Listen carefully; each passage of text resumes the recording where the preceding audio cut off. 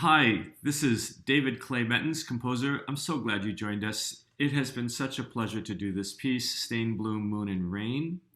And I understand that these come from ninth and 11th century Japanese poems. Just enlighten us a little bit about your inspiration to write this music. Yeah, thanks, Tim. And it's been such a pleasure to hear what the ensemble is doing with the piece. The four words of the title come from this collection of ninth and 11th century Japanese poems in English translations by Jane Hirschfield.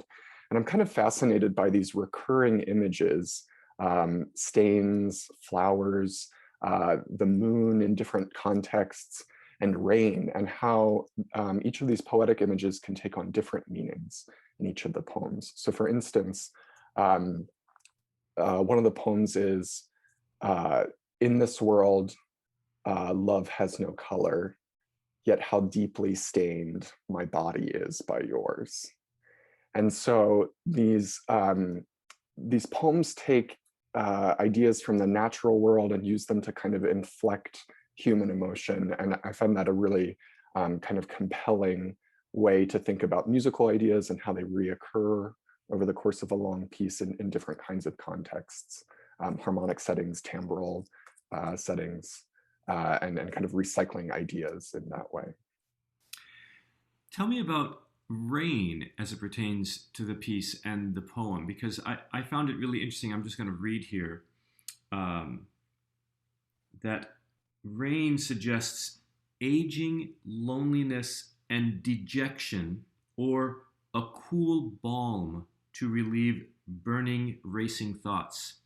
Those are not actually the things that I think about with rain. Rain for me is renewing and refreshing. Mm. Um, Aging and loneliness, it's almost COVID appropriate.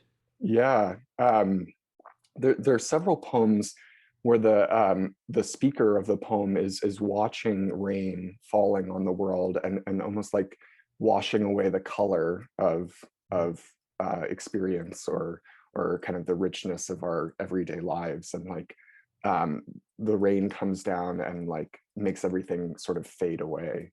Um, on the one hand, we have these poems. On the other hand, there's a poem, uh, shall I leave this burning house of ceaseless thought and taste the pure rain's single truth falling on my skin? Hmm. And that's closer to your idea of rain as kind of renewing or restorative. But in these poems, they take on both meanings and more.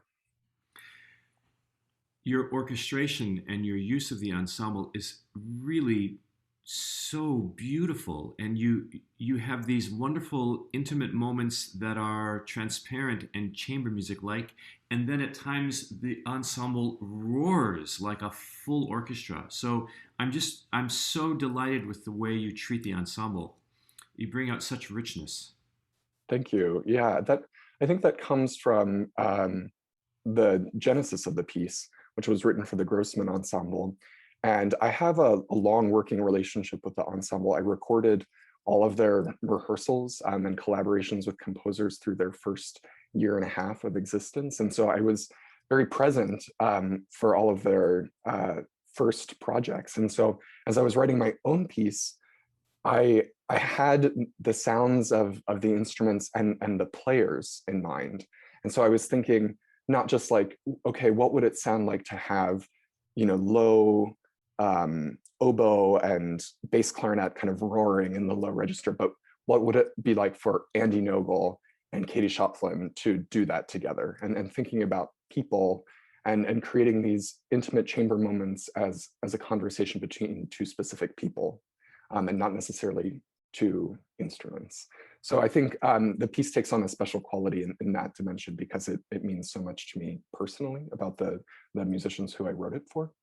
Um, and then in terms of the bigger moments, I think that reflects my background. I grew up playing clarinet in orchestras and wind ensembles, and I love that kind of thrilling sonority of a kind of massive sound. I remember playing the fourth movement of Scheherazade with a double orchestra, kind of side by side, Cincinnati Symphony and Cincinnati Symphony Youth Orchestra, and what it feels like to be a clarinet player in the kind of overtone structure of these huge wind chords, and just how phenomenal that sound is. Well, it's a wonderful piece. And for those who are entranced by it, there's a wonderful recording on Spotify with the Grossman Ensemble, and I encourage you to seek that out. Clay, thanks so much for joining us. What a wonderful piece. Thank you so much.